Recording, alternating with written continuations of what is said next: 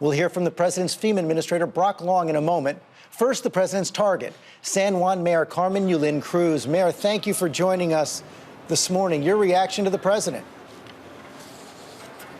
Well, first of all, Mr. Stephanopoulos, there's only one goal, and it's saving lives. So any dialogue that goes on just has to be able to produce results. And all I did last week, or even this week, was ask for help. It has to happen in a sustained manner. It has to happen quickly. And mayors all over Puerto Rico are getting to the supply areas and been told, look, call us a few days later. People are being told to register via internet for FEMA relief when we don't have any internet or very little internet, even in the San Juan metropolitan area.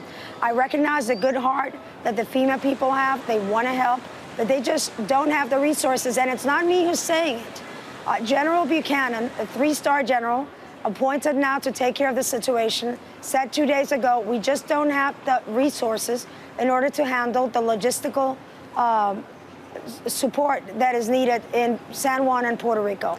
But we have done all that we can. People are out there, they're cleaning the streets, community kitchens are coming up, and we are getting tons of donations.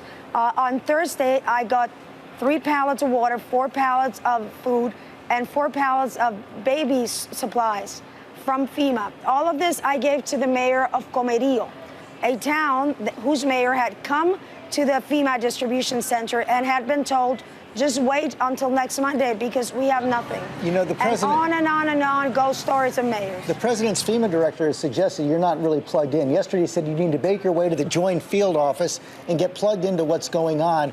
Have you been to the Joint Field Office, and if not, why not?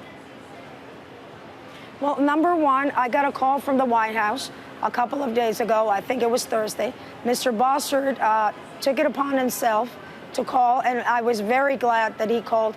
He seemed to be a very prone action, a guy that does what he says and says what he does. So we got appointed a FEMA coordinator. We have 2 people that are appointed to San Juan. We are the capital city. We are the largest city in Puerto Rico with the most amount of population. And we got appointed just direct links. So actually, I was in FEMA the couple of days afterwards. When they were at the San Juan Marriott, I was invited to visit, and we had been communicating ever since. Things have to be done on a sustained manner.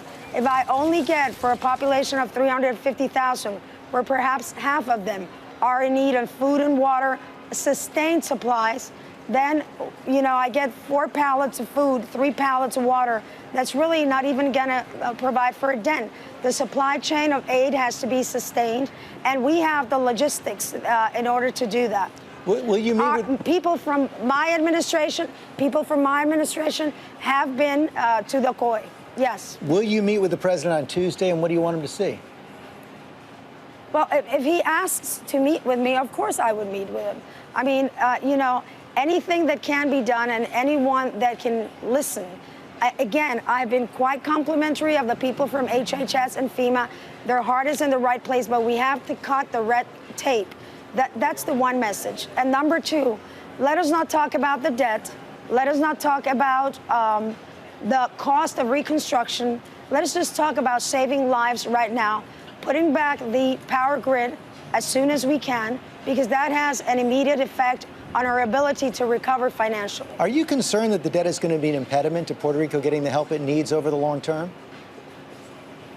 Well, I hope it isn't, but certainly some of the comments that have come from the White House seem to point to that direction. You put the people above the debt, you put lives and avoiding deaths above the debt. That is just how things are done. I mean, and this is what, I lived in the States for 12 years.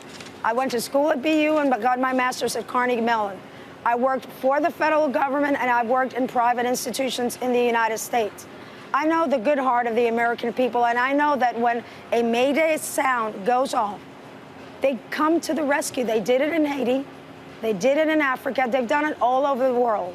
We just want it to be done here in a Caribbean nation that has 3.5 million U.S. citizens. Mayor, thank you very much for your time this morning. I know it has been a difficult 10 days. Thank you very much. Thank you. Hi, everyone. George Stephanopoulos here. Thanks for checking out the ABC News YouTube channel. If you'd like to get more videos, show highlights, and watch live event coverage, click on the right over here to subscribe to our channel. And don't forget to download the ABC News app for breaking news alerts. Thanks for watching.